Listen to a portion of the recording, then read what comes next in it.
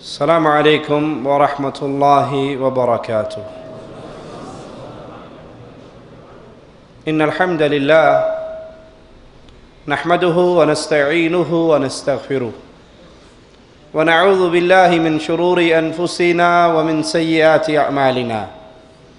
من يهده الله فلا مضل له ومن يضلل فلا هادي له. أشهد أن لا إله إلا الله وحده لا شريك له وأشهد أن محمدًا عبده ورسوله. أما بعد، أعوذ بالله من الشيطان الرجيم. بسم الله الرحمن الرحيم. قل هو الله أحد الله الصمد لم يلد ولم يولد ولم يكن له كفوا أحد. سرزمین مکہ کفر و شرک کے اندھیروں میں ڈوبی ہوئی تھی. ایک اللہ کی مخلوق، ایک اللہ کے پیدا کردے انسان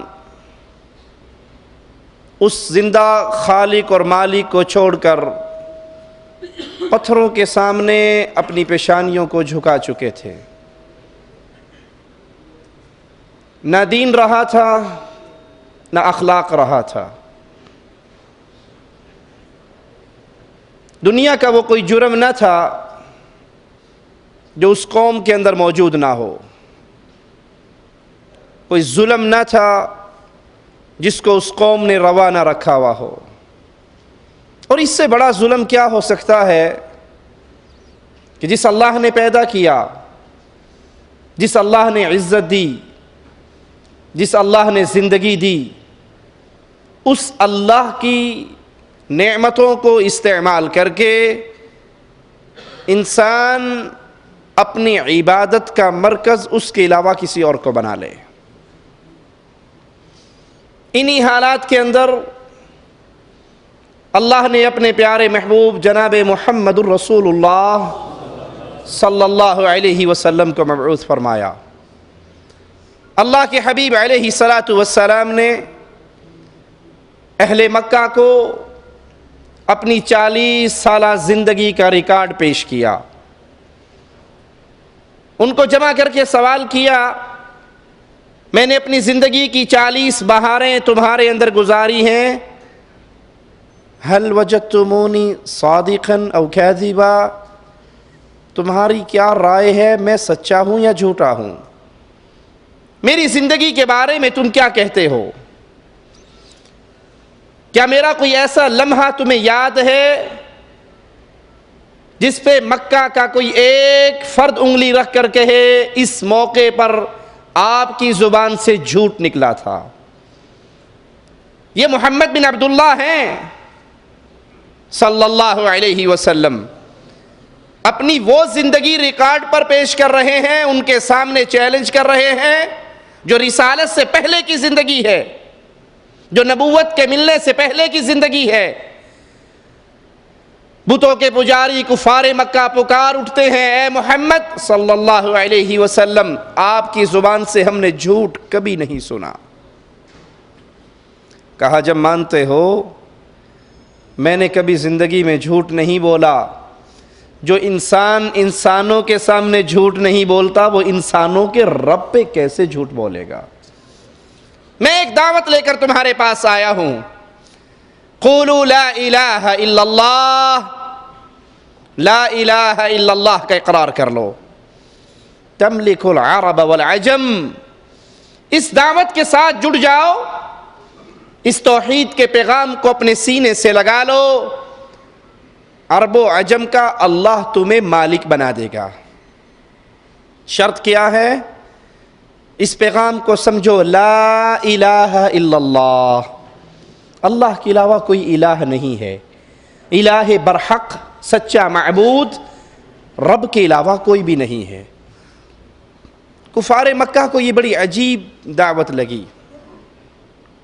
انہوں نے تو اپنی عبادت کی لذتیں پورے کرنے کے لیے بہت سے در بنائے ہوئے تھے کسی کو کسی مشکل میں پکارتے تھے، کسی سے کوئی اور حل لینے کے لیے حاضر ہوتے تھے، وہ آواز لگا کر کہتے ہیں اجعل الآلہۃ الہا واحدا، سارے الہوں کو چھوڑ کر ایک رب پہ ایمان لے آئیں۔ یہ وہ عجیب دعوت ہے جو ہم نے اپنے بزرگوں سے نہیں سنی۔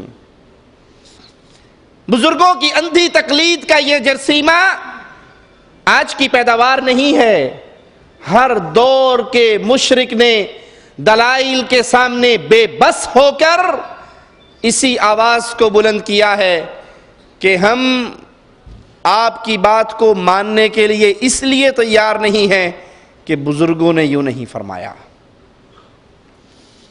وہ جو صادق کہا کرتے تھے، وہ جو امین کہا کرتے تھے،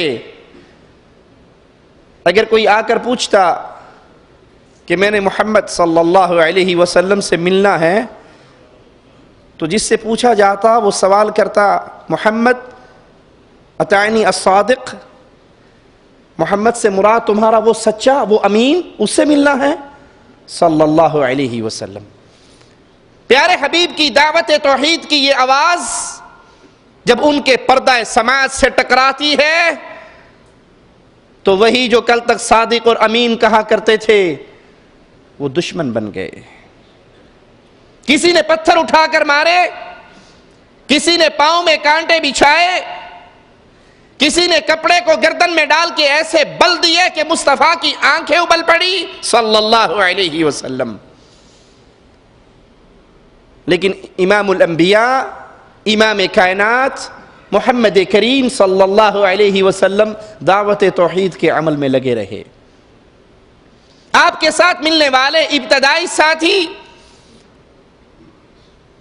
کفار نے ان کے اوپر ظلم کی چکی چلائی۔ سیدنا بلال رضی اللہ عنہ وارضا تپتی ہوئی ریت پہ لٹایا جاتا، چھاتی پہ بھاری پتھر رکھے جاتے، گلے میں رسی ڈال کر اہل مکہ کے بچوں کو دے دیا جاتا جو گلیوں میں گھسیٹتے پھرتے۔ وہ اپنا ہر طرح کا ظلم کر لیتے اور انہوں نے ہر طرح کا ظلم کیا، لیکن بلال کی زبان سے احد احد احد، اللہ کے علاوہ کوئی مشکل کشا نہیں ہے، اس نعرے کو نہیں چھڑوا سکے۔ سیدنا بلال اپنی کمر کسی کو دکھایا نہ کرتے تھے۔ امیر المؤمنین امیر عمر نے کہا بلال اپنی کمر تو دیکھنے دو۔ اپنے ہاتھ کو اس کی کمر میں ڈالا، چیخ مار کے ہاتھ باہر نکال لیا۔ سیدنا بلال کی کمر پہ گوشت نام کی کوئی چیز باقی نہ تھی، ہڈیوں کا پنجر تھا۔ مجھے اور آپ کو گھر بیٹھے ہوئے یہ دین ملا ہے، مجھے اور آپ کو بغیر محنت کے یہ دین ملا ہے، مجھے اور آپ کو تھپڑ کھائے بغیر یہ دین ملا ہے۔ اسی لیے اس دین کی ہمیں قدر نہیں ہے۔ ہمارا اس دین کے ساتھ وہ حال ہے جو وراثت کے ساتھ نالائق اولاد کیا کرتی ہے۔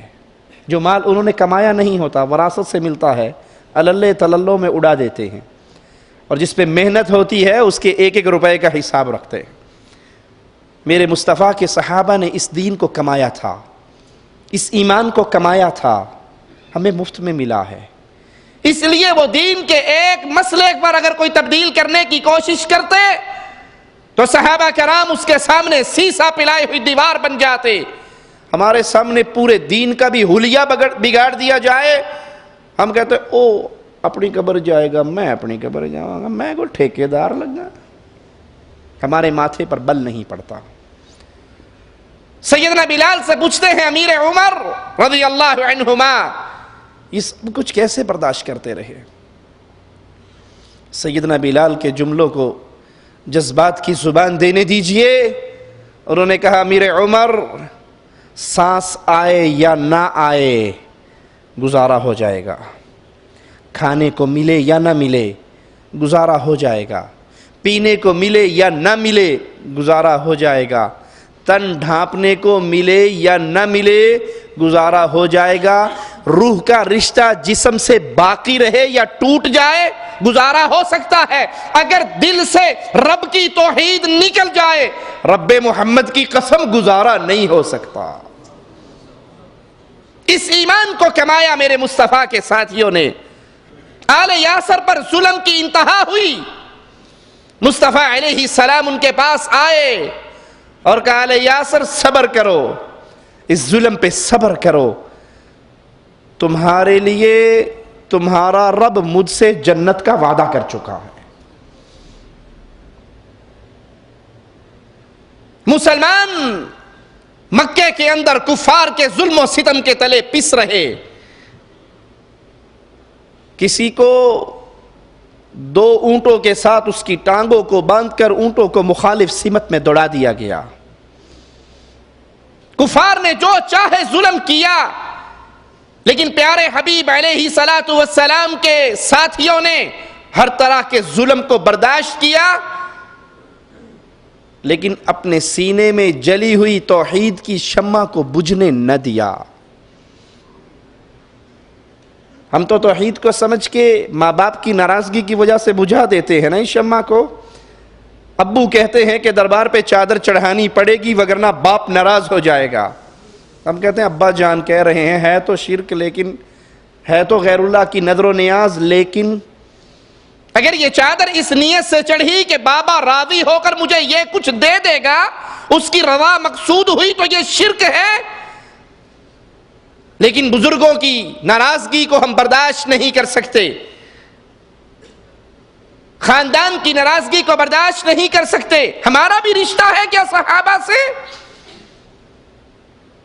ماں کافر ہے، بیٹا صحابی رسول کا شرف پا چکا ہے، ماں اٹھتی ہے تپتے ہوئے ریت میں لیٹ جاتی ہے، ایڑیاں رگڑتی ہے، کہتی ہے بیٹا یہیں ایڑیاں رگڑ رگڑ کے مر جاؤں گی، یا مجھے مار لے یا محمد کو چھوڑ دے صلی اللہ علیہ وسلم۔ کہتے ہیں ماں تو نے پکارا ہے مصطفیٰ کی محبت کو، اپنی محبت کو تولا ہے آقا کی محبت سے، میں نے ایک کے پیٹ سے جنم لیا ہے، کاش میں نے 100 کے پیٹ سے جنم لیا ہوتا، میری آنکھوں کے سامنے 100 مائیں ایڑیے رگڑ رگڑ کے مر جاتی، سب کو مروا لیتا، محمد کو پھر بھی نہ چھوڑتا صلی اللہ علیہ وسلم۔ جب یہ ظلم و ستم حد سے بڑھنے لگا تو رسول اللہ صلی اللہ علیہ وسلم نے اپنے اصحاب کو کفار مکہ کے ظلم سے بچنے کے لیے اجازت دے دی کہ وہ ہجرت کر جائیں۔ دعوت توحید کا آوازہ، لا الہ الا اللہ کا پیغام مکہ کی وادی سے نکل کر اب دوسری بستیوں تک پہنچنے لگا، مدینے کے باسیوں تک یہ پیغام پہنچا، توحید کا یہ آوازہ مدینے کے رہنے والوں نے سنا، رب نے ان لوگوں کے دلوں کو لا الہ الا اللہ کے لیے ہموار کر دیا، منور کر دیا۔ نبوت کے 11ویں سال مدینے کے کچھ لوگ آئے، مسلمان ہو گئے۔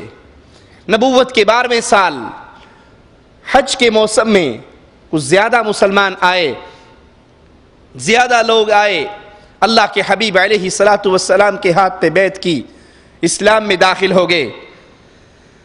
اللہ کے حبیب علیہ السلام نے مصعب بن عمیر رضی اللہ عنہ وارضاہ کو ان کے ساتھ بھیج دیا، قرآن کی تعلیم دینے کے لیے، اسلام کے احکامات سمجھانے کے لیے۔ اور یاد کر لیجئے یہ وہ عقیدہ توحید ہے کہ مکے کی گلیوں کے اندر اللہ کے حبیب علیہ السلام نے 13 سال تک اس عقیدے کو پکا کروایا۔ ہم تو توحید کی بات کو 2-4 دفعہ سن لے، کہتے ہیں مولوی صاحب تھک گئے، آپ کے پاس کوئی اور ٹاپک ہی نہیں ہے، جب دیکھو توحید توحید توحید، کوئی اور بات نہیں کر سکتے آپ سوائے شرک کا رد، سوائے توحید کے۔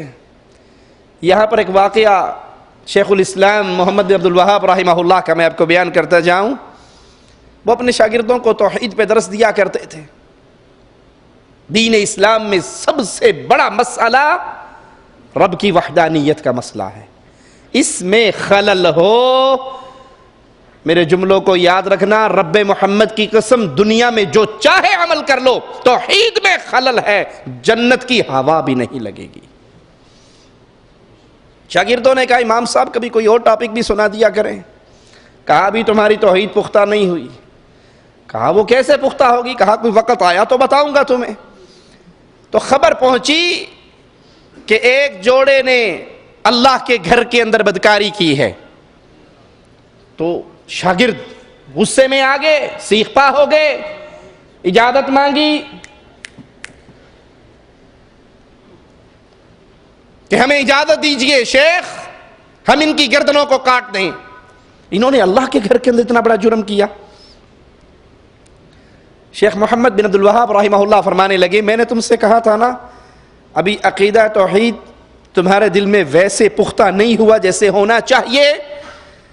کیا خیال ہے یہ جنہوں نے اللہ کے گھر میں بدکاری کی ہے، یہ انہوں نے زنا کیا ہے نا، یہ توبہ کر لیں اللہ معاف کر دے گا؟ بغیر توبہ کے مر جائیں، کبیرہ گناہ کیا ہے، اللہ سزا دے کے پاک کر کے پھر جنت دے دے گا؟ یہ جرم بڑا ہے یا بتوں کے سامنے، دیوی دیوتاؤں کے سامنے، اولیاء کی قبروں کے سامنے ماتھا ٹیکنا بڑا جرم ہے؟ کہا وہ جرم بڑا ہے۔ کہا کبھی تم نے تلوار نکالی کہ فلاں نے قبر پہ سجدہ کیا میں اس کی گردن کاٹ دوں؟ اتنی غیرت کبھی تمہیں اس بات پر آئی؟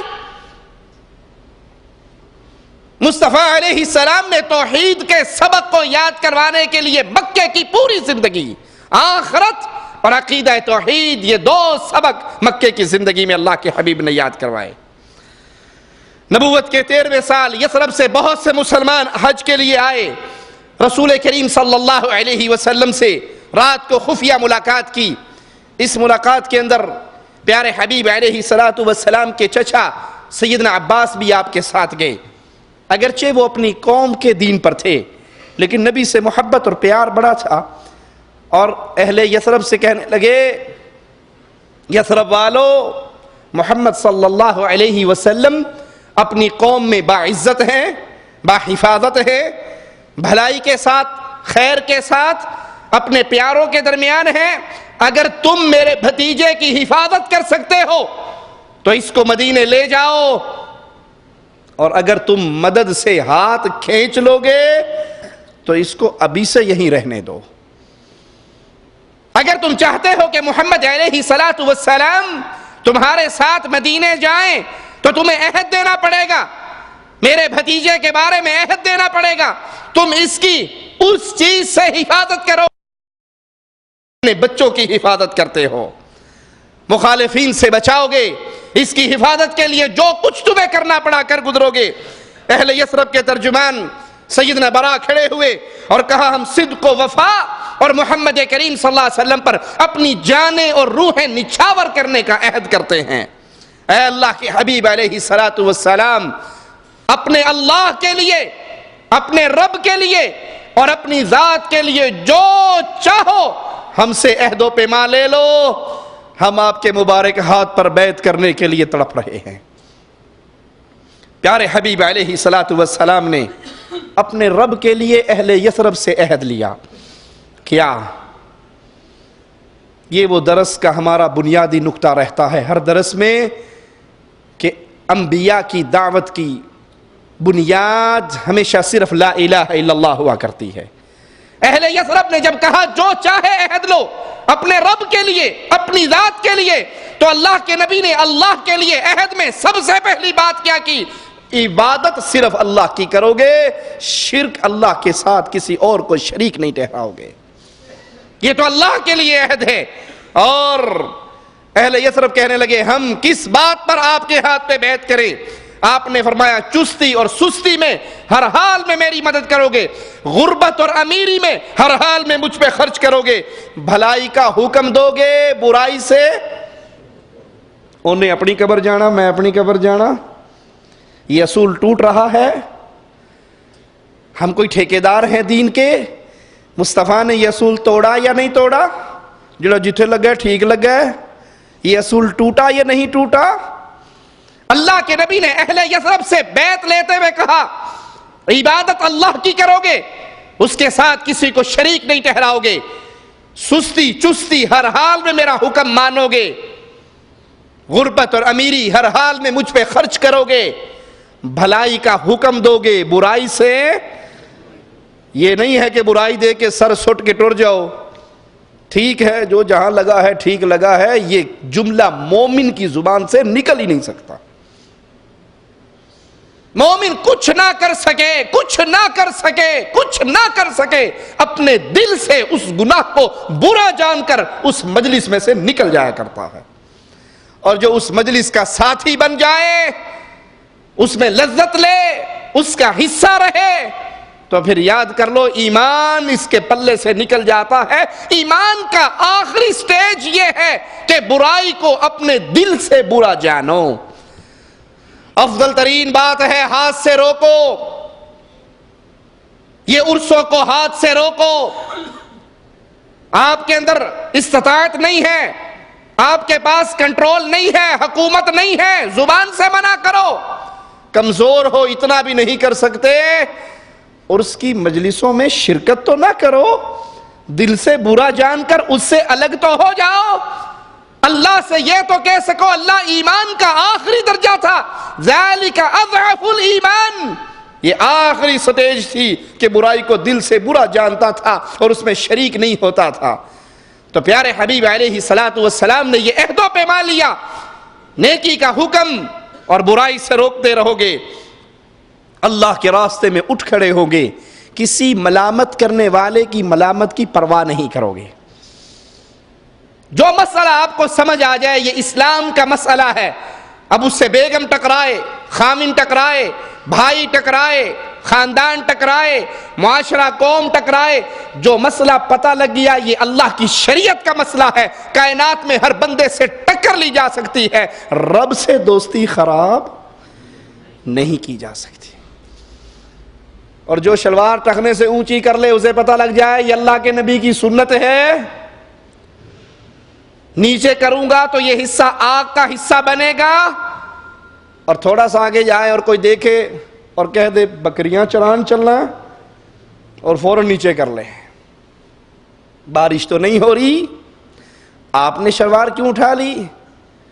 اچھا چھوٹے بھائی دی پا آیا ہونا، 2-3 جملے کپڑا بچانے لگ گئے ہو، یہ شلوار نیچے کر لیتا ہے۔ مولوی صاحب کہتے ہیں آپ نے تو سنت پر عمل شروع کر، مولوی صاحب سنت اپنی سانبھ کے رکھو، میرے کو نہیں گلاں سنیاں جاندیاں، مجھے لوگ تانے دیتے ہیں۔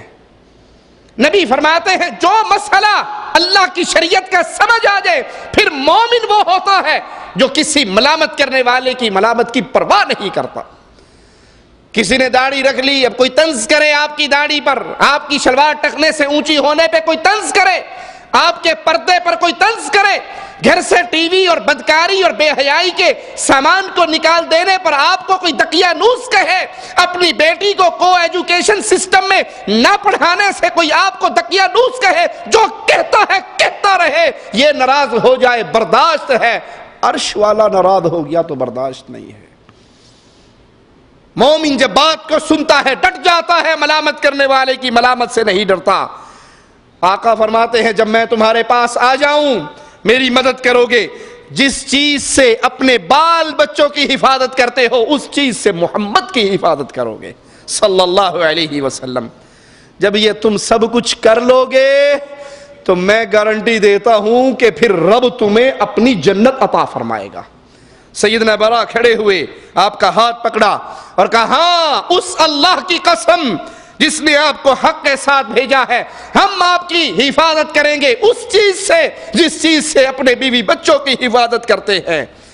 ہم سے بیعت قبول کیجئے، اللہ کی قسم ہم فرزندان حرب و ضرب ہیں، ہم لڑنے بھڑنے والے لوگ ہیں، تلواروں سے کھیلنے والے لوگ ہیں۔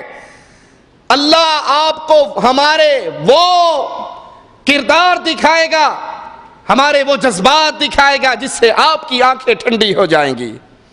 ابو الہیثم نے کہا کہیں ایسا تو نہیں اے اللہ کے حبیب علیہ الصلوۃ والسلام، جب اللہ آپ کو فتح دے دے تو آپ واپس چلے جاؤ مکہ، اپنی قوم کے پاس آ جاؤ، ابھی تو اہل مکہ آپ کی بات نہیں مان رہے، کل کو غلبہ پانے کے بعد کہیں مدینے والے کو چھوڑ کر دوبارہ مستقل مکہ تو نہیں آ جاؤ گے۔ محمد کریم صلی اللہ علیہ وسلم نے مسکرا کر فرمایا نہیں، خون خون ہے، بربادی بربادی ہے، میں آپ لوگوں میں سے ہوں، آپ مجھ سے ہو، جس سے تم محبت کرو گے، جس سے تم دوستی کرو گے محمد دوستی کریں گے، جس سے تم جنگ کرو گے محمد جنگ کریں گے۔ صلی اللہ علیہ وسلم۔ تمہاری صلح کے ساتھ میری صلح، تمہاری لڑائی کے ساتھ میری لڑائی۔ اہل یثرب نے کہا اپنے ہاتھ کو آگے بڑھائیے، ہم آپ کے ہاتھ پر بیعت کرتے ہیں۔ اس بیعت کے بعد عام مسلمانوں کو رسول کریم صلی اللہ علیہ وسلم نے مدینہ ہجرت کرنے کی اجازت دے دی۔ سیدنا ابو بکر رضی اللہ عنہ وارضاہ آ کر کہتے ہیں اللہ کے نبی علیہ الصلوۃ والسلام مسلمان مدینہ کی طرف ہجرت کر رہے ہیں، مجھے بھی اجازت ہے میں بھی ہجرت کر لوں؟ آپ نے کہا ابو بکر انتظار کرو، ان قریب ہو سکتا ہے اللہ مجھے بھی ہجرت کی اجازت دے دے۔ ابو بکر تو محمد کا ہجرت میں ساتھی بنے گا صلی اللہ علیہ وسلم۔ سفر پہ جب نکلتے ہو آپ، وہ جہاز کا ہو، ٹرین کا ہو، بس کا ہو، آپ کے دل سے کیا دعا نکلتی ہے؟ اللہ کوئی ساتھ والی سیٹ پہ بندے دا پتر بیٹھا ہوئے، یہی دعا نکلتی ہے۔ ایک بندہ سگریٹ نہیں پیتا، اسے سگریٹ سے دھوئیں سے نفرت ہے، وہ اسٹیشن پہ جاتے دعا کرتا اللہ ساتھ کوئی سموکنگ والا نہ بیٹھا ہو، دماغ خراب کر دے گا میرا۔ کسی نے یہ دعا بھی کی اللہ سب سے گندا بندہ سفر میں میرا ساتھ ہو، کی یہ دعا؟ اچھا ساتھ مل جائے، جب سفر ختم ہوتا ہے نا تو سفری دوست جو ہوتے ہیں وہ ایک دوسرے سے کیا کہتے ہیں؟ جی بڑا مزہ آیا جی، پتہ ہی نہیں لگا سفر ختم ہو گیا، آپ کے ساتھ سفر کر کے بڑی خوشی ہوئی، میری خوش نصیبی ہے کہ مجھے سفر میں اچھا ساتھی مل گیا۔ محمد کریم ہجرت کا سفر کرنے لگے ہیں، ابو بکر صدیق کی ذات پہ اعتراض کرنے والوں، ابو بکر صدیق کے بارے میں اپنی ناپاک گندی خبیث زبانوں کو دراز کرنے والوں، ابو بکر تو وہ ہے جس کو مصطفیٰ کہہ رہے ہیں اوروں کو ہجرت کرنے دو، تم رک جاؤ، قریب ہے اللہ مجھے بھی ہجرت کی اجازت دے دے، اور جب مجھے ہجرت کی اجازت ملے گی ابو بکر تو محمد کے ساتھ رہے گا صلی اللہ علیہ وسلم۔ کیا شان سیدنا ابو بکر کی، مکہ میں تھے تو مصطفیٰ کے ساتھ، ہجرت میں تھے تو مصطفیٰ کے ساتھ، غار میں تھے تو مصطفیٰ کے ساتھ، دنیا میں تھے تو مصطفیٰ کے ساتھ، دفن ہوئے تو مصطفیٰ کے ساتھ، اٹھیں گے مصطفیٰ کے ساتھ، حوض کوثر پہ مصطفیٰ کے ساتھ، رب کی جنت میں مصطفیٰ کے ساتھ صلی اللہ علیہ وسلم۔ یہ تو وہ ہستی ہے جس کو اپنے سفر کا ساتھی محمد کریم صلی اللہ علیہ وسلم نے چنا۔ ابو بکر خوش ہوتے ہیں اور کہتے ہیں اللہ کے نبی آپ کو امید ہے کہ اللہ آپ کو بھی اجازت دے دے گا؟ کہا ہاں۔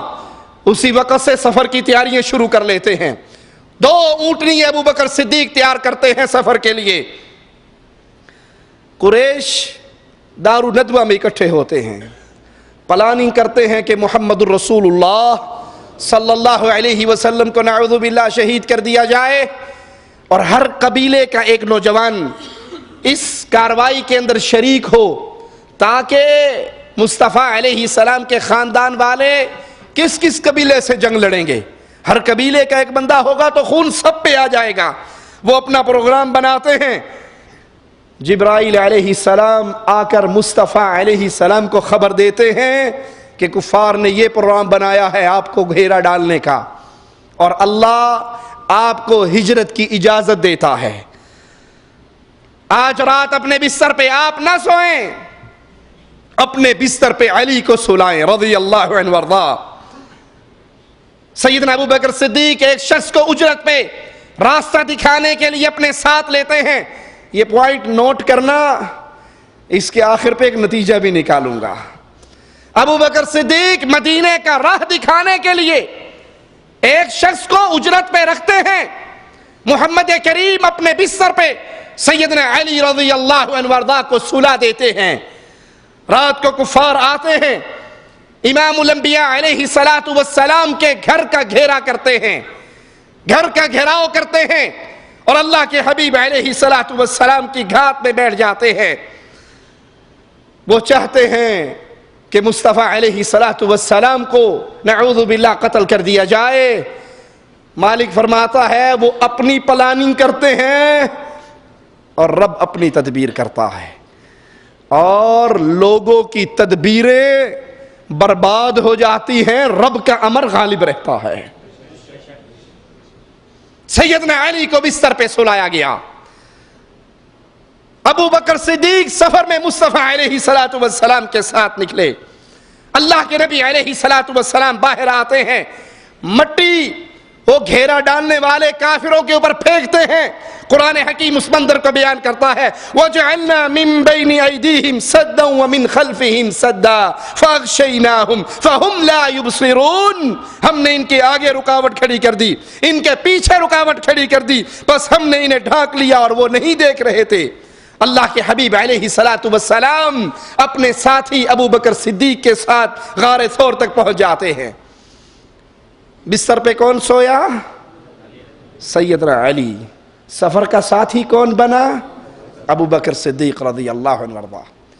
ایک ذاکر سیدنا علی کو اللہ بنانے کی ناکام کوشش کرتے ہوئے کہتا ہے کہ اللہ کے نبی صلی اللہ علیہ وسلم نے کہا, علی آج کی رات بستر پہ سو جاؤ.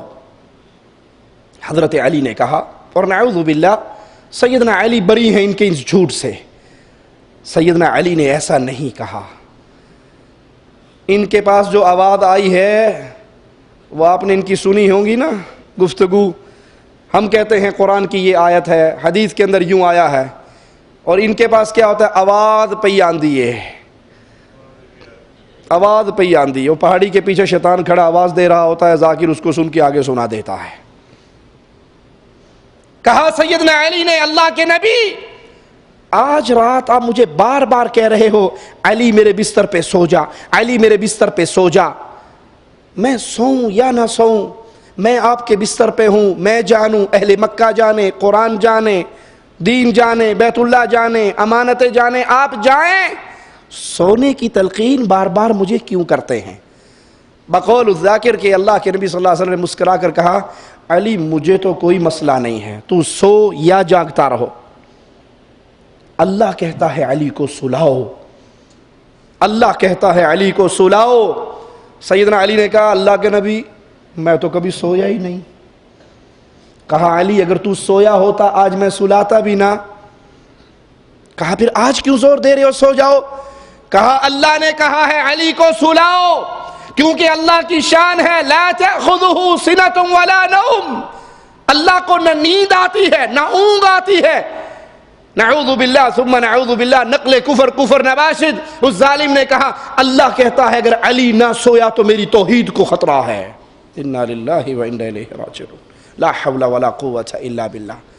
علی نے کہا, اللہ کیسا خطرہ یا رسول اللہ, کیسا خطرہ؟ کہا, نہ علی سوتا ہے نہ اللہ سوتا ہے. آج کی رات علی کو سلا دو تاکہ لوگوں میں فرق ہو جائے, لوگوں کو یقین ہو جائے اللہ وہ ہے جو کبھی نہیں سوتا, علی وہ ہے جو صرف ہجرت کی رات سویا تھا, وگرنہ یہ بھی نہیں سوتا.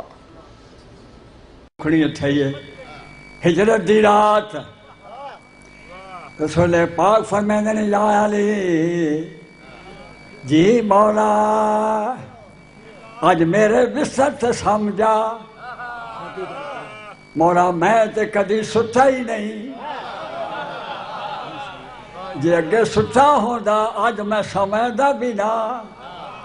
تے مولا آج کیوں زور دیندے ہو ساموائن, میرے رکن نال ہی تہاڈا مقصد حل ہے.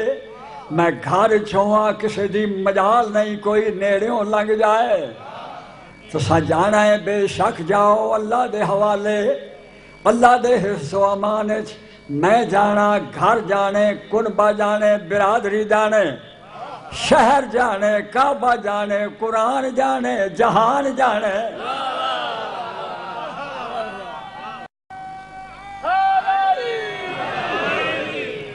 تو سجاؤ سمجھتے کیوں ہو؟ آواز آئیے, میرا ویر مینوں تیری قسم میں تے نہیں سمجھدا, بے شک چپ کر کے پیارا ہے, مگر اللہ زور پیا دیندا ہے آج سما دے.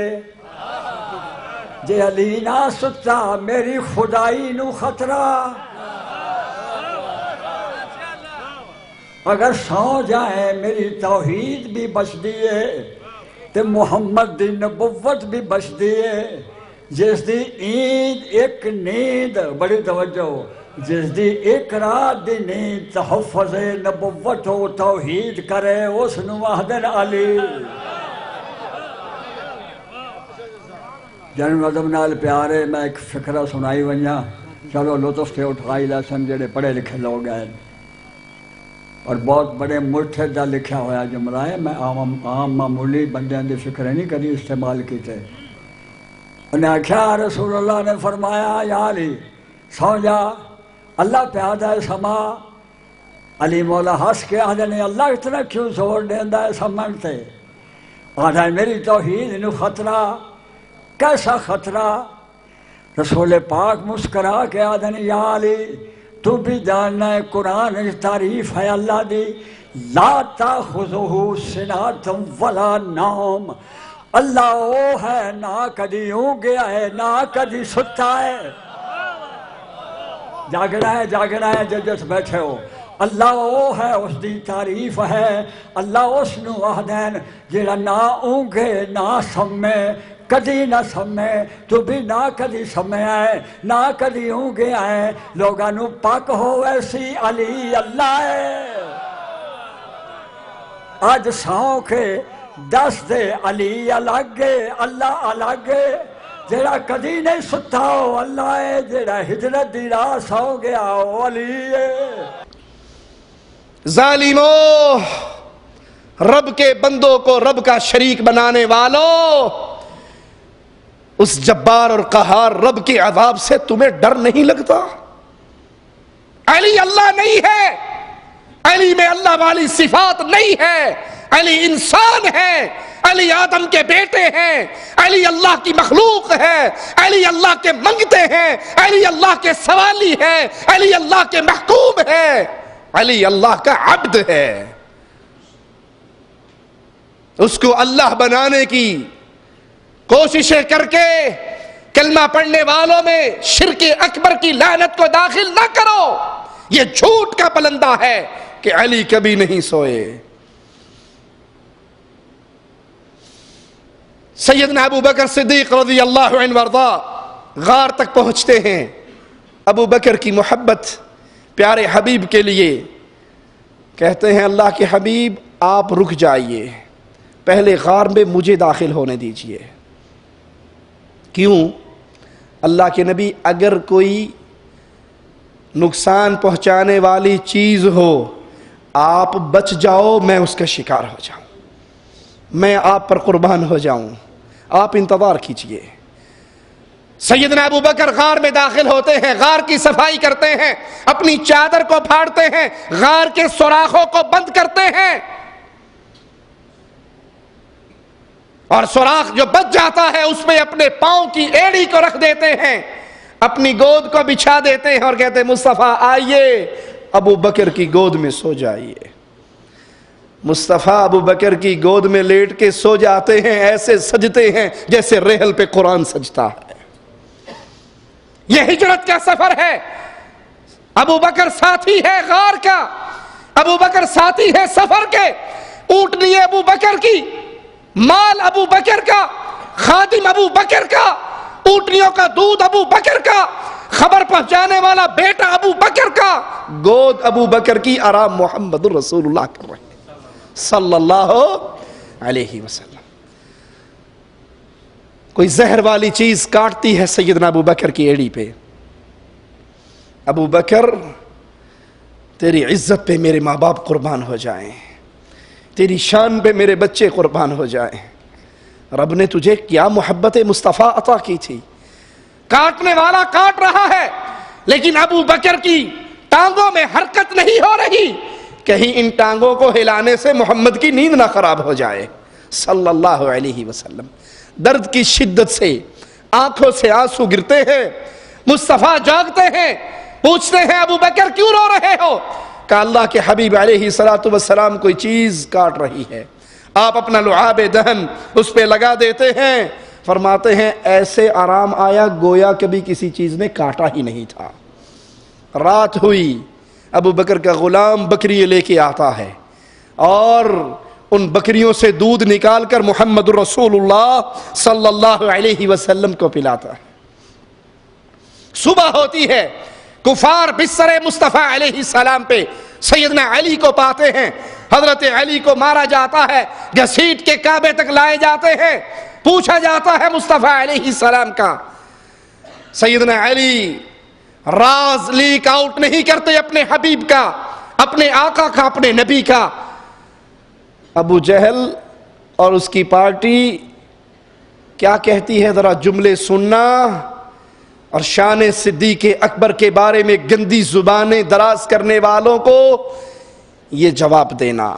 کفار مکہ جب سیدنا علی سے کچھ نہ اگلوا سکے، کچھ نہ کہلوا سکے، تو فوراً کہتے ہیں اگر محمد کا پتہ لگ سکتا ہے تو ابو بکر کے گھر سے لگ سکتا ہے۔ کافر بھی یہ جانتا تھا جہاں محمد ہوں گے وہاں ابو بکر ہوں گے، جہاں ابو بکر ہوں گے وہاں محمد ہوں گے صلی اللہ علیہ وسلم۔ ابو بکر صدیق کے دروازے پہ آتے ہیں آنے والے، دروازہ بجتا ہے، سیدہ اسماء نکلتی ہے، ابو جہل پوچھتا ہے محمد کہاں ہے، تیرا بابا کہاں ہے؟ وہ کہتی ہے میں نہیں جانتی۔ اس ظالم کا ہاتھ اٹھتا ہے، سیدہ کے چہرے پہ پڑتا ہے، وہ زبان حال سے کہتی ہے غلط سمجھا ہے صدیق کی بیٹی کو، یہ گردن کٹوا سکتی ہے، آقا کا راز لیک آؤٹ نہیں کر سکتی۔ ابو جہل بھی کہتا ہے لوگو یہ ابو بکر کی بیٹی ہے، اس کے ٹکڑے کیے جا سکتے ہیں، اس کی زبان نہیں کھلوائی جا سکتی۔ اعلان کر دیتے ہیں جو ابو بکر اور محمد علیہ السلام کی خبر دے گا اس کے لیے اونٹوں کا اعلان ہے، اس کو انعام دیا جائے گا، انعامات سے نوازا جائے گا، جاؤ تلاش کرو، ابو بکر کو تلاش کرو اور محمد الرسول اللہ صلی اللہ علیہ وسلم کو تلاش کرو۔ تلاش کرنے والے، کھرا نکالنے والے، قدموں کے پیچھے چلنے والے غار تک آ جاتے ہیں، غار کے دہانے پہ پہنچتے ہیں اور وہ کہتا ہے یہاں آنے کے بعد کھرا غائب ہو گیا ہے، پاؤں کا نشان غائب ہوا ہے، یہیں کہیں ہوں گے۔ سیدنا ابو بکر صدیق رضی اللہ عنہ وارضا کافروں کو دیکھ لیتے ہیں، آنکھوں سے آنسو ٹپکتے ہیں، غمناک حالت میں کہتے ہیں یا رسول اللہ صلی اللہ علیہ وسلم یہ کفار آ گئے ہیں، اگر یہ اپنے قدموں کی طرف دیکھ لیں تو یہ ہمیں پا لیں گے۔ اے اللہ کے حبیب مجھے اپنی جان کی فکر نہیں، آپ کی جان کی فکر ہے، میں آپ پہ قربان ہو جاؤں میرے آقا، یہ دشمن ہم تک پہنچ چکے ہیں۔ آئیے ابو بکر صدیق کی شان میں محمد کریم کے جملوں کو سنیے۔ اللہ کے حبیب علیہ السلام فرماتے ہیں ابو بکر پریشان کیوں ہوتا ہے؟ ان اللہ معنا، اللہ ہمارے ساتھ ہے۔ محمد کریم نے یہ نہیں فرمایا ابو بکر پریشان کیوں ہوتا ہے، ان اللہ معی، اللہ میرے ساتھ ہے۔ کہا نہیں ابو بکر، ان اللہ معنا، جیسے اللہ میرے ساتھ ہے ویسے تیرے ساتھ ہے۔ قوم موسیٰ نے کہا تھا لشکر فرعون کو دیکھ کر موسیٰ علیہ السلام مارے گئے، آگے سمندر ہے، پیچھے فرعون لشکر لے کر پہنچ چکا ہے۔ موسیٰ علیہ السلام نے کہا تھا ہرگز نہیں، اللہ میرے ساتھ ہے۔ موسیٰ علیہ السلام نے کیا کہا تھا؟ اللہ میرے ساتھ ہے۔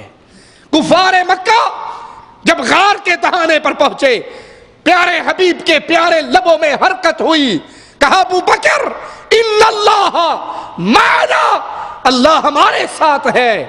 ان دو کے بارے میں تیرا کیا خیال ہے جن کا تیسرا اللہ ہوتا ہے؟ محمد کریم صلی اللہ علیہ وسلم اپنے پیارے ساتھی کے ساتھ غار کے اندر آرام کرتے ہیں۔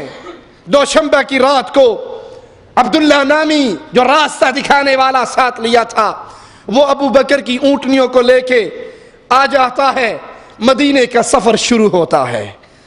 دوران سفر اب ذرا سوچئے گا، اس حدیث پہ غور کیجئے گا، راستہ دکھانے کے لیے کس کو ساتھ لیا؟ عبداللہ نامی شخص کو۔ ہمارے ہاں کیا کہا جاتا ہے؟ پیر صاحب بھی عالم الغیب ہیں، ملنگ بھی عالم الغیب ہیں، بابا جی کو بھی سارا پتا ہوتا ہے، پیروں کو سارا پتا ہوتا ہے۔ پیر بیٹھتا ملتان شریف میں ہے اور اسے مدینے کا بھی پتا ہوتا ہے۔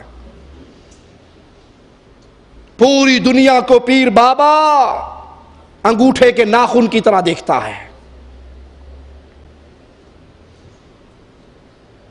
امداد اللہ مہاجر مکی صاحب اپنی کتاب شمائم امدادیہ میں لکھتے ہیں پیر عبد القادر جیلانی بیٹھے ہوئے تھے, نظر بصیرت سے, دل کی آنکھ سے نظر بصیرت سے دیکھا قریب کسی سمندر میں جہاز غرق ہو رہا تھا. یہ سمندر کے اندر نہیں ہے, یہ کنارے پر بھی نہیں ہے, سمندر سے دور خشکی پہ ہیں, لیکن انہیں پتہ لگ گیا کہ سمندر میں جہاز غرق ہو رہا. توجہ باطنی سے ہی ڈوبتے ہوئے جہاز کو پار لگا دیا, موڈا دین دی بھی لوڑ, وہاں جانے کی بھی ضرورت نہیں پڑی. دلی توجہ سے, باطنی توجہ سے ڈوبتے ہوئے جہاز کو کھینچا, پار لگا دیا.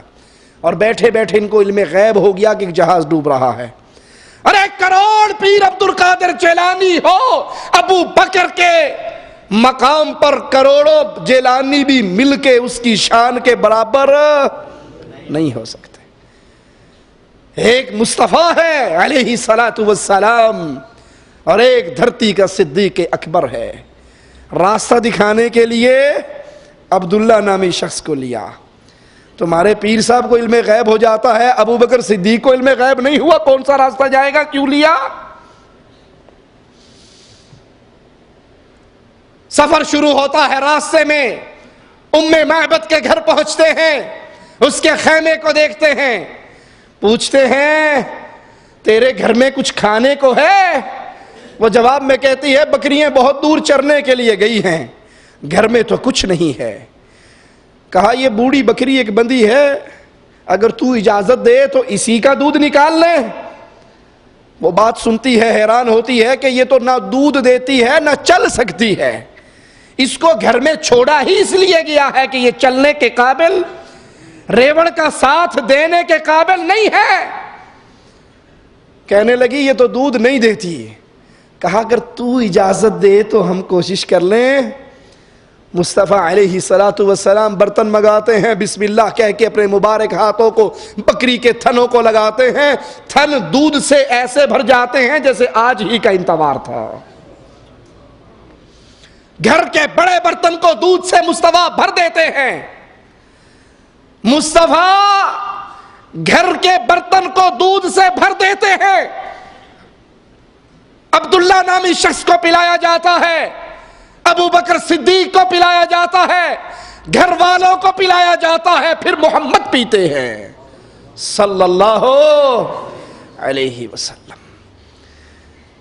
ہم کیوں تمہیں ہر وقت ایک ہی آوازہ سناتے ہیں, لوگوں اپنوں کو چھوڑ کر ہمارے کو پکڑ لو, اپنے باپوں سے رشتہ توڑ کر اس سے رشتہ جوڑو جو ہمارے بھی آقا تھے, ہمارے بھی امام تھے, کائنات کے امام تھے. ہمارے ہی امام نہ تھے, انبیاء کے بھی امام تھے. تھے کیسے؟ جو اپنے غلاموں کو پہلے پلایا کرتے تھے, خود بعد میں پیا کرتے تھے. جن کو تم نے پکڑا ہے میرے مصطفیٰ کو چھوڑ کر, ان کی حالت کیا ہے؟ پیر کا گھر تو روشن ہے بجلی کے قمقموں سے, مرید کو میسر نہیں مٹی کا دیا بھی.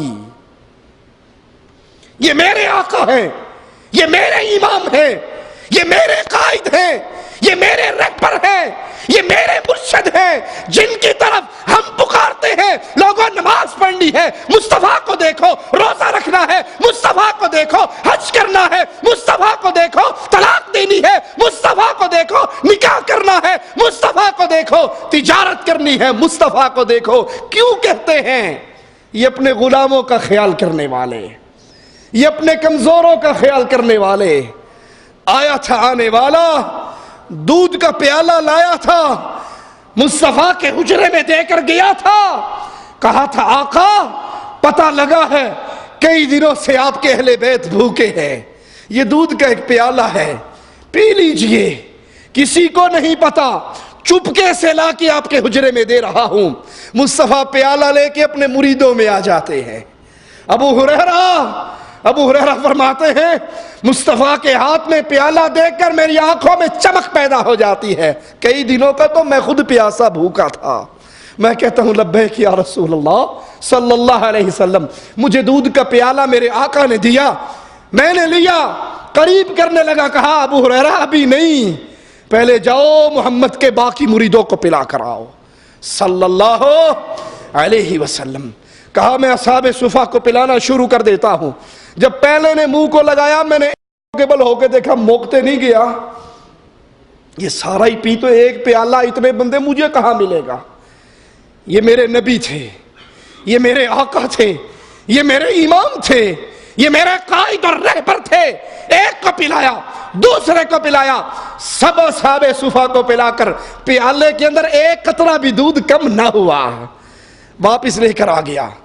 تاجدار مدینہ نے پوچھا ابو ہریرہ کون بچا ہے؟ کہا آقا یا آپ رہ گئے ہو یا میں رہ گیا ہوں, باقی تو سب نے پی لیا. کہا ابو ہریرہ اب تو بھی پی لے. ابو ہریرہ فرماتے ہیں میں نے دل بھر کے پیا. میں نے کہا اللہ کے نبی پیٹ بھر گیا. کہا اور پی لے. میں نے اور پیا. کہا اور پی لے. کہا اللہ کے نبی اب تو یہاں ناخنوں تک بھی پہنچ گیا, بھر گیا پیٹ. سب کا جھوٹا محمد رسول اللہ نے پیا. سب سے آخر میں سارے مریدوں کو پلا کر, سارے صحابہ کو پلا کر, سب کا پیٹ بھر کر جس مرشد کی طرف ہم آپ کو بلاتے ہیں اس آقا نے پھر اپنے لبوں سے لگایا. تم نے کن کو مرشد پکڑا ہے؟ جو آتے ہیں ایک ایک ہفتہ گھروں میں گزارتے ہیں, آتے ہی آرڈر کرتے ہیں شاہ جی آگے نے نہ تمہاری والدہ نہ تمہارے والد, نہ بوڑھا نہ جوان نہ بچہ, جتنے دن پیر صاحب گھر میں رہیں گے کوئی منجی پہ نہیں بیٹھے گا. شاہ صاحب منجی پہ بیٹھیں گے, تم زمین پہ بیٹھو گے. پیر صاحب کے احترام میں خلل نہ آئے. یہ گھروں میں رہتے ہیں, مال بھی لے جاتے ہیں, عزت کا جنازہ بھی نکال لے جاتے ہیں, جو پسند آتی ہے اس پہ بھی ہاتھ صاف کر جاتے ہیں. صبح کو ٹیلی ویژن والا خبر چلا دیتا ہے پیر جعلی تھا. ایک ایسے جعلی پیر کا واقعہ چند دن پہلے ہی ہم نے دیکھا. وہ ایک مرید کے گھر میں آیا, اس کے گھر میں رہا اور پھر اس کی بیٹی کے ساتھ بدکاری کی. اس کو تعویذ کے نام پہ بے ہوش کرنے والی دوائی پلا کر اس کے گھر کے زیور بھی لے گیا, عزت بھی لے گیا. مطابق ناروال کے علاقہ شاہ غریب میں پیر صوفی گل حسین نے چند روز قبل بی اے کی طالبہ 21 سالہ سلمہ کو گھر میں اکیلا پا کر اسے نشاور مشروب پلا کر گھر سے نقدی اور زیورات سمیت اسے اغوا کر کے لاہور لے گیا. اس دوران ملزم نے لڑکی کو زیادتی کا بھی نشانہ بنایا. ملزم نے اعترافی بیان میں بتایا کہ وہ گزشتہ 6 ماہ سے سلمہ کے گھر آتا جاتا رہا ہے اور اسے گھر میں اکیلا پا کر اسے بے ہوشی کی حالت میں لاہور لے آیا اور اسے زیادتی کی. ملزم نے بتایا کہ وہ پہلے بھی اس طرح کی متعدد وارداتیں کر چکا ہے. پولیس نے ملزم کے قبضے سے اسلحہ اور نقدی برآمد کر کے مقدمہ درج کر لیا ہے. بچی نو مسجد تویز پلا کے جی زیورات سے رقم سے جو نال لے گیا زیورات دے اپنا تویزاں دے اثر دے وچ پانی میں کچھ پھونکے مار کے مجھے پلا دیا اور اس کے بعد مجھے سمجھ نہیں آیا مجھے کیا کرنا ہے. متاثرہ لڑکی کا کہنا ہے کہ وہ اس واقعے سے شدید متاثر ہوئی ہے. اس نے اپنے مستقبل اور اپنے گھر کے لیے جو خواب دیکھے تھے وہ سب چکنا چور ہو گئے. بی اے کی اسٹوڈنٹ ہوں, میں پڑھ لکھ کے کچھ بننا چاہتی تھی. میرے بہت سے خواب تھے, بہت کچھ کرنا چاہتی تھی. میں اپنے ماں باپ کے لیے سہارا بننا چاہتی تھی, پر اس نے میرا کیریئر برباد کر دیا, میری زندگی برباد کر دی. ان عزتوں کے ڈاکووں سے بچو, ان عزت کے لٹیروں سے بچو. آؤ عزت کے رکھوالے محمد رسول اللہ کے در پہ آ جاؤ, جس نے اپنی بچیوں کی عزتیں, اپنی قوم کی عزتیں, اپنے ماننے والوں کی عزتوں کی حفاظت نہیں کی, غیروں کی بچیوں کی عزتوں کی حفاظت کی. مومنوں کی ماں عائشہ فرماتی ہیں ایک یہودیہ پر ایک یہودی نے ہاتھ ڈالنا چاہا, اس نے اس کو واسطے دیے, اپنے مذہب کے واسطے دیے, ہم کتاب ہونے کے, ڈراتی رہی, روتی رہی, بچنے کی کوشش کرتی رہی, اور جب اس کے ہاتھ آگے بڑھتے رہے اس کو سامنے محمد کا دروازہ نظر, مصطفیٰ کا در نظر آیا. وہیں سے آواز لگائی, اے اللہ کے رسول صلی اللہ علیہ وسلم, یہ ظالم میری عزت پہ ہاتھ ڈالنا چاہتا ہے۔ مومنوں کی ماں کہتی ہے مصطفیٰ نے اپنی چادر کو ایک ہاتھ سے سنبھالا اور وہیں سے کہا بیٹی صبر کر، تیرا محمد آ رہا ہے صلی اللہ علیہ وسلم۔ وہ عزتوں کے رکھوالے مصطفیٰ، وہ عزتوں کی غیرت کو دلوں میں جگانے والے مصطفیٰ، مصطفیٰ کو چھوڑ کر لسوڑی شاہ، نوری بوری شاہ کے پیچھے دوڑنے والوں، یہ تمہارے ہیں جو عزتوں کے بھی ڈاکو ہیں، مال کے بھی ڈاکو ہیں، ایمان کے بھی ڈاکو ہیں، توحید کے بھی ڈاکو ہیں۔ ان کے در سے اپنے دامن کو توڑو۔ محمد الرسول اللہ صلی اللہ علیہ وسلم کے در سے اپنے دامن کو جوڑو۔ ام معبد کو دودھ پینے کے بعد اس کے گھر کے برتنوں کو دودھ سے بھر کے محمد دے کر اپنے سفر پہ روانہ ہو جاتے ہیں صلی اللہ علیہ وسلم۔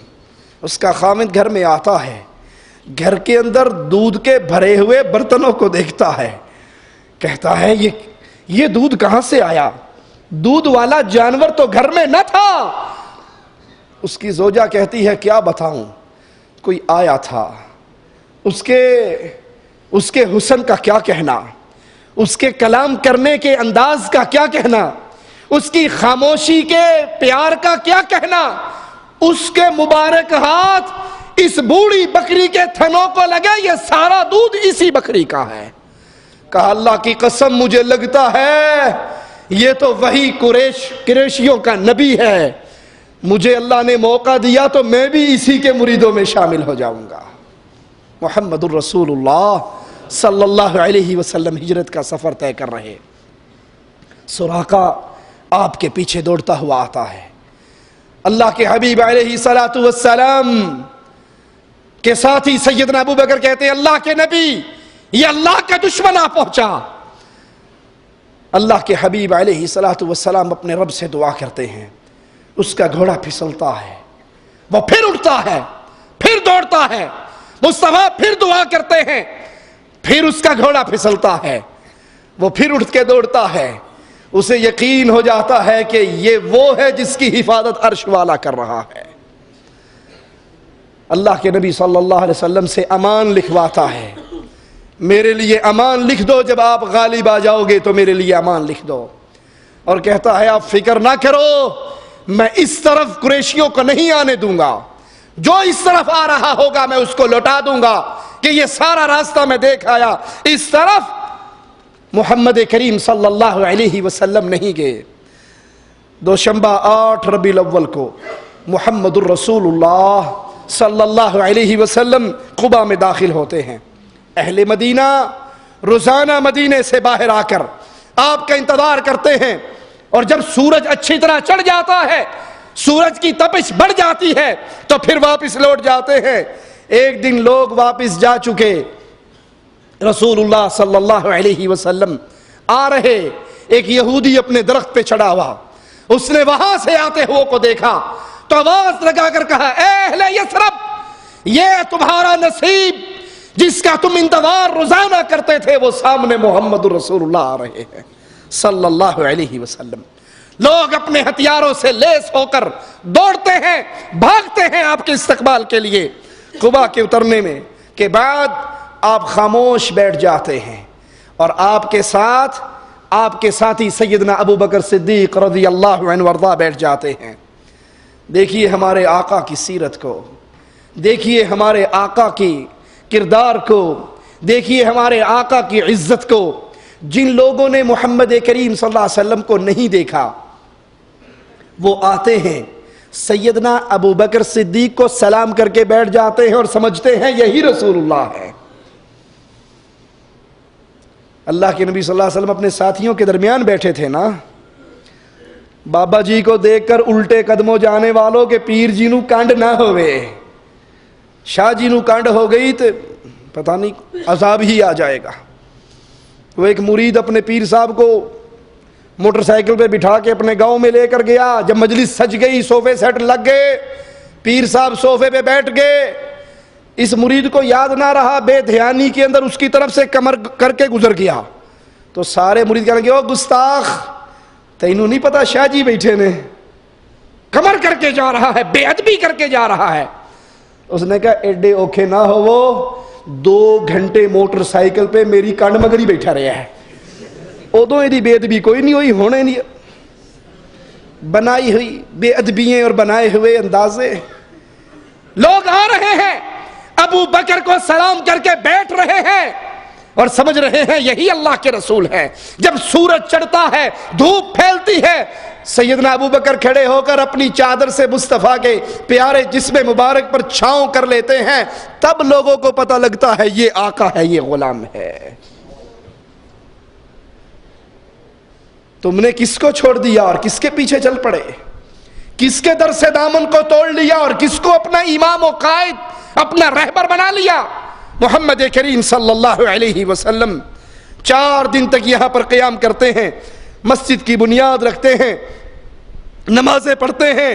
5واں دن جو جمعے کا دن تھا, اس دن اللہ کے حکم سے سوار ہوتے ہیں. سیدنا ابو بکر صدیق آپ کے پیچھے بیٹھتے ہیں اور مدینے کی طرف سفر شروع ہو جاتا ہے. آپ مدینے میں داخل ہوتے ہیں. مدینے کی گلیاں اللہ کی حمد و ثنا کی تسبیحات کی بلندی آوازوں سے گونج اٹھتی ہیں.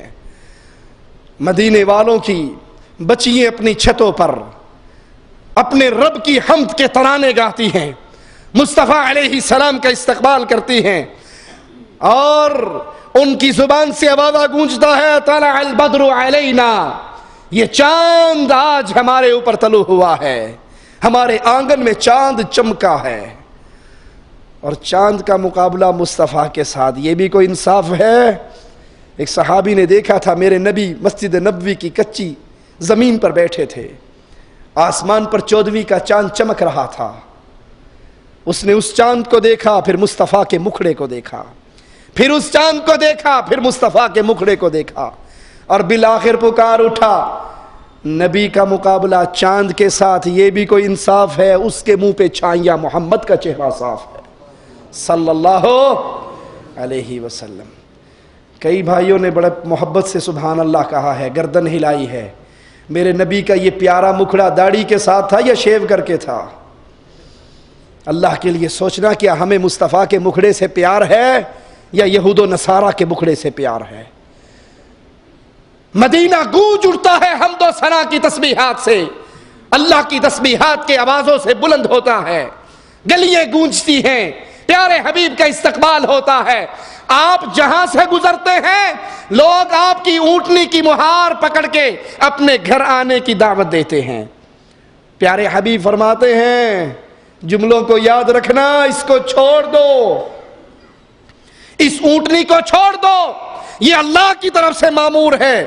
اونٹنی وہاں جا کے بیٹھ جاتی ہے جہاں آج مسجد رسول صلی اللہ علیہ وسلم, پھر اٹھتی ہے, پھر چکر لگاتی ہے, ابو ایوب انصاری رضی اللہ عنہ کے گھر کے سامنے بیٹھ جاتی ہے. ابو ایوب انصاری بھاگتے ہیں, مصطفیٰ کا سامان لے کے اپنے گھر کو توڑ لگا دیتے ہیں. باقی لوگ کہتے ہیں اللہ کے حبیب آپ ہمارے گھر تشریف لائیے. مصطفیٰ علیہ السلام فرماتے ہیں جہاں مسافر کا سامان جاتا ہے مسافر بھی وہیں جاتا ہے. رک جائیے اس موقع پر. اللہ کے نبی جب مدینہ پہنچے کس کے گھر گئے جی؟ ابو ایوب انصاری کے گھر گئے. اللہ کے نبی جب ابو ایوب انصاری کے گھر تھے تو مدینے میں کسی اور گھر میں جی؟ جن بھائیوں کا دعویٰ ہے اللہ کے نبی حاضر ناظر ہیں, سنا ہے ہر عاشق کے گھر تشریف لاتے ہیں, ہمارے گھر میں بھی ہو جائے چراغاں یا رسول اللہ صلی اللہ علیہ وسلم. ہر وقت ہر کسی کے گھر میں موجود ہیں, حاضر و ناظر ہیں. یاد کر لیجئے میرے جملوں کو, جو رسول اللہ صلی اللہ علیہ وسلم کے بارے میں حاضر ناظر کا عقیدہ رکھتا ہے حقیقت میں وہ ہجرت کا منکر ہے. مگر نہ سوچئے اللہ کے نبی صلی اللہ علیہ وسلم جب اپنے گھر میں تھے, بستر پہ علی کو ابھی نہیں لٹایا تھا, جبرائیل ابھی نہیں آئے تھے, مٹی پھینکتے ہوئے گھر سے نہیں نکلے تھے. جب مصطفیٰ گھر میں تھے تو غار ثور میں مصطفیٰ نہیں تھے. جب غار ثور میں آئے تو مصطفیٰ مکے میں اپنے گھر میں نہیں تھے. جب غار ثور کو چھوڑا سفر شروع کیا, نہ اپنے گھر میں تھے نہ غار میں تھے, سفر میں تھے. سراقہ پیچھے دوڑ رہا تھا, اور جب سفر سے بستی قباء میں اترے اس وقت نہ مکہ میں تھے نہ غار میں تھے نہ راستے میں تھے, قباء میں تھے. جب قباء سے نکل کے مدینے میں آئے نہ مکہ میں تھے نہ قباء میں تھے نہ غار میں تھے نہ سفر میں تھے. اور جب ابو ایوب انصاری کے گھر میں گئے پھر کسی اور کے گھر میں. اگر حاضر ناظر ہوتے تو لوگ اونٹنی کی مہار کیوں پکڑتے تھے؟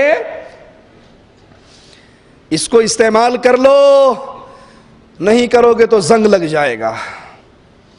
یہ استعمال کے لیے رب نے دی ہے. اگر نبی ہر وقت ہر جگہ حاضر ناظر ہے تو ابو ایوب انصاری کو کیا شان ملی؟ نبی تو مدینہ میں پہنچ کے ہر صحابی کے گھر میں تھے. اگر حاضر ناظر ہے تو ہر صحابی کے گھر میں ہوئے نا. پھر ابو ایوب انصاری کی ایکسٹرا شان کیا ہے کہ وہ رسول اللہ کے میزبان بنے؟ نبی تو حاضر ناظر ہیں, ہر گھر میں تھے. ابو ایوب کے پاس اکیلے تو نہیں تھے. جو حاضر ناظر کا عقیدہ پیش کرتا ہے وہ مصطفیٰ کے سفر کا منکر ہے, مصطفیٰ کی معراج کا منکر ہے, مصطفیٰ کی ہجرت کا منکر ہے. مدینے میں ابو ایوب انصاری کے گھر میں ہونے کا منکر ہے. اللہ کے حبیب علیہ الصلوۃ والسلام کے پیارے ساتھی سیدنا علی بھی 3 دن کے بعد اللہ کے حبیب علیہ الصلوۃ والسلام کے پاس پہنچ گئے, امانتیں لوٹا کر آ گئے. اللہ کے نبی صلی اللہ علیہ وسلم نے مدینہ پہنچ کر مسجد کے لیے وہ زمین خریدی جس پر اونٹنی بیٹھی تھی, یتیم بچوں کی زمین, اس کو خریدا. عثمان تیری عظمتوں کا کیا کہنا. سیدنا عثمان رضی اللہ عنہ وارضاہ نے زمین خرید کر پیارے حبیب علیہ الصلوۃ والسلام کے ہاتھوں جنت کا سودا کیا. میرے حبیب نے کہا تھا کون ہے یہ زمین خرید کے دے دے جس پر اللہ کے آخری نبی کے ہاتھ سے آخری مسجد بننے والی ہے, جو یہ زمین خرید کر دے گا میں اس کو رب کی جنت کی گارنٹی دیتا ہوں. سیدنا عثمان کھڑے ہوئے, آقا زمین خرید کے میں دیتا ہوں, جنت مجھے دیجئے. جب مسلمان آئے مدینہ کے اندر میٹھے پانی کا ایک کنواں تھا جس پہ یہودی قابض تھا. آپ نے کہا کون ہے یہ کنواں خرید کے مسلمانوں کے لیے وقف کر دے, میٹھے پانی کا کنواں, اسے وقف کر دے, میں اس کو رب کی جنت کی گارنٹی دیتا ہوں. سیدنا عثمان اٹھے, یہودی کو منہ بولی قیمت دے کر وہ کنواں خرید کر آقا کے پاس تشریف لائے. یا رسول اللہ صلی اللہ علیہ وسلم, جنت کا آپ نے وعدہ کیا تھا, کنواں مجھ سے لیجئے, جنت مجھے دیجئے. اسی لیے سیدنا عثمان پر جب مدینے کے اندر گھیراؤ ہوا, پانی بند ہوا, آپ کے گھر کا حصار ہوا, آپ چھت پر چڑھ کے باغیوں کو پکار کر کہنے لگے جس مسجد میں مجھے جانے نہیں دیتے, جانتے ہو یہ زمین کس نے خریدی تھی؟ کہ عثمان تو نے خریدی تھی. کہ میری خریدی بھی مسجد میں مجھے نماز نہیں پڑھنے دیتے؟ آج اتنے دنوں کا پیاسا ہوں, جس کنویں کا پانی مجھ پہ حرام کیا ہے اس کنویں کو خریدا کس نے تھا؟ کہ عثمان تو نے خریدا تھا. وہ عثمان رضی اللہ عنہ وارضا زمین بھی خرید کے مسجد کے لیے دی اور کنواں بھی خرید کے مسجد کے لیے دیا. مسجد کی تعمیر ہوئی جس کی چھت کھجوروں کی شاخوں سے اور شتیر کھجوروں کے تنوں سے بنایا گیا. مسجد کے ساتھ اللہ کے حبیب علیہ السلام نے 2 حجرے بنوائے, ایک سیدہ سودا کا اور ایک سیدہ عائشہ رضی اللہ تعالی عنہا کا, کیونکہ یہی 2 بیوییں اس وقت آپ کے عقد میں تھی. آپ نے ہجرت کے اس سفر پہ مدینے پہنچ کر انصار و مہاجرین کے اندر بھائی چارہ کر دیا. ایک انصاری کو ایک مہاجر کا بھائی بنا دیا. بھائی چارے کی وہ فضا, وہ اسلامی اخوت کی بنیاد رکھی جس کے نتائج قیامت تک نظر آتے رہیں گے. یہ دین محمد علیہ السلام ہے جس میں بھائی چارے کی بنیاد نہ رنگ ہے, نہ قوم ہے, نہ نسل ہے, نہ قبیلہ ہے, یہاں ایک ہی بنیاد ہے, لا الہ الا اللہ. انصار کی خوبی یہ تھی وہ مہاجرین کو اپنے گھر میں ٹھہراتے تھے, ان کی میزبانی کرنے میں ایک دوسرے سے سبقت لے جاتے تھے ان پہ خرچ کرنے کے لیے. اور قرآن حکیم کی اس آیت کا مصداق بنے والذین تبوؤا الدار والایمان من قبلہم یحبون من ہاجر الیہم ولا یجدون فی حاجة مما اوتوا ويؤثرون على انفسهم ولو كان بهم خصاصة.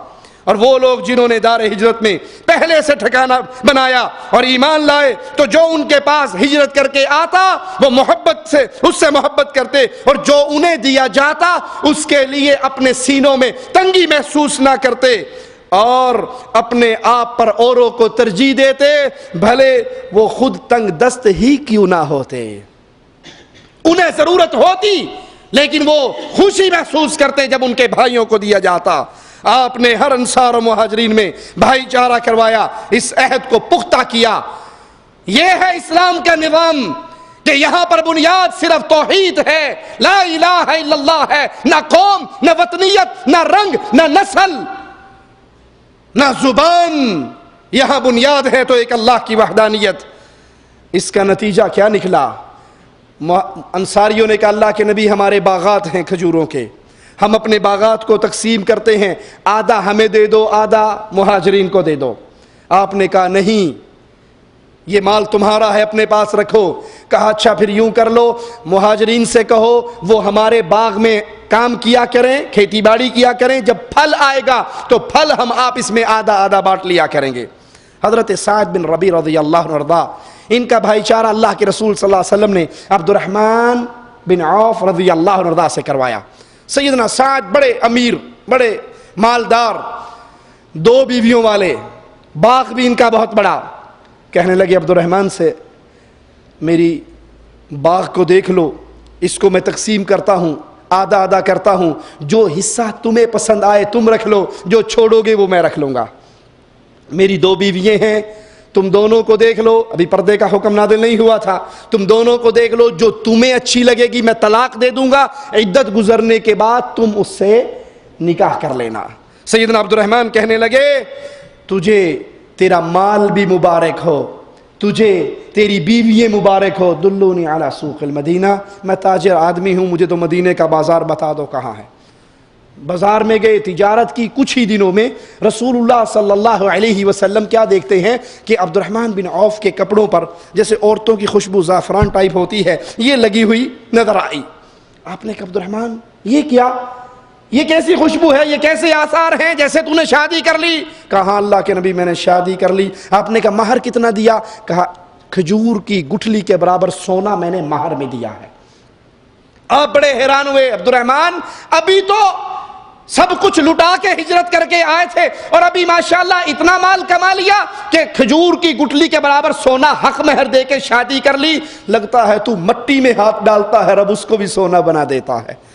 سیدنا عبد الرحمن کہتے ہیں اللہ کی شان، مصطفیٰ کی دعا کا یہ اثر ہوا، میں نے اگر مٹی میں بھی ہاتھ ڈالا رب نے اس کو بھی سونا بنا دیا.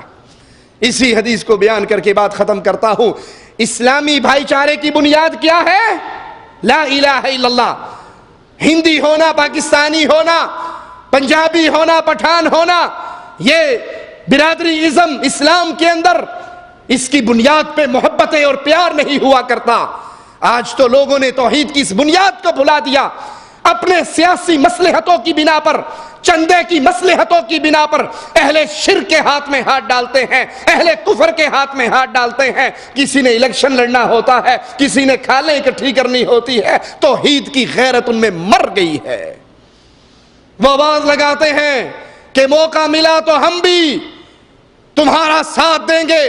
کبھی گدی نشینوں کے جھرمٹوں میں بیٹھ کے خطاب کرتے ہیں اور کبھی صحابہ کو گالیاں دینے والوں کی جھرمٹ میں خطاب کرتے ہیں، کیونکہ ان کی نظر رب کی جنت پر نہیں ہوتی، دنیا کے ٹکڑوں پر ہوتی ہے. اور دوسری بات، سیدنا عبد الرحمن بن عوف کو جو ہی رشتہ ملا انہوں نے شادی کر لی. عبد الرحمن بن عوف کو رسول اللہ سے زیادہ پیارا کوئی اور ہوگا مدینے میں؟ اللہ کے نبی کو خبر ملی شادی کی؟ جی نہیں ملی.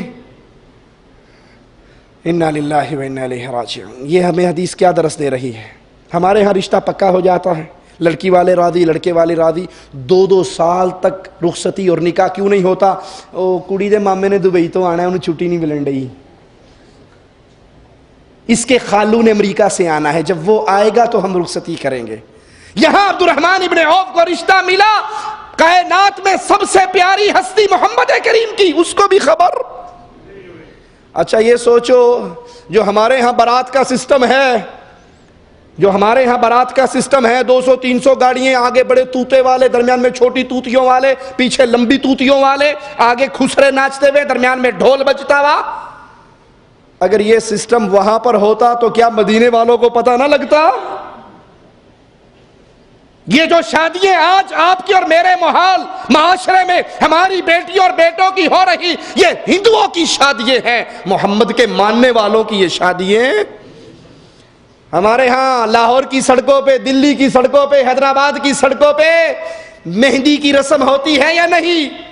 تھالیوں میں مہندیاں لگا کر، موم بتیاں سجا کر ناچتی ہوئی، تھرکتی ہوئی سڑکوں پہ نکلتی ہے یا نہیں؟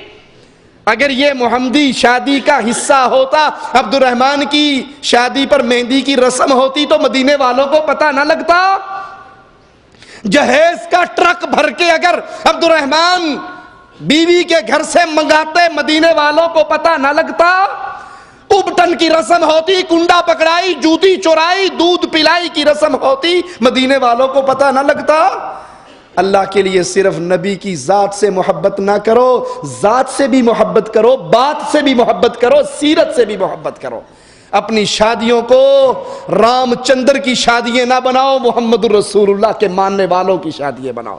یاد کر لیجئے، جس کی شادی کے اندر ڈھول ڈھمکے، گانے باجے، مہندی، ابٹن کی رسمیں، جہیز کی لعنت،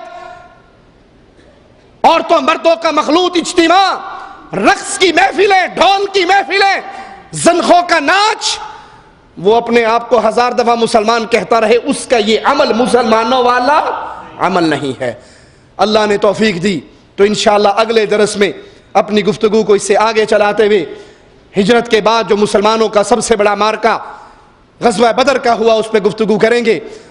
اللہ سے دعا ہے اللہ ہماری خطاؤں کو معاف فرمائے، اللہ ہمارے دلوں میں پیارے حبیب علیہ السلام کی محبت پیدا فرمائے، یہ محبت مرتے دم تک باقی رکھے، زندہ رکھے، ایمان پہ رکھے، موت دے تو اس حال پہ دے۔ اللہ ہم سے راضی ہو، ہم اپنے اللہ سے راضی ہو۔ اقول قولی ھذا واستغفر اللہ لی ولکم ولسائر المسلمین فاستغفروہ انہ هو الغفور الرحیم۔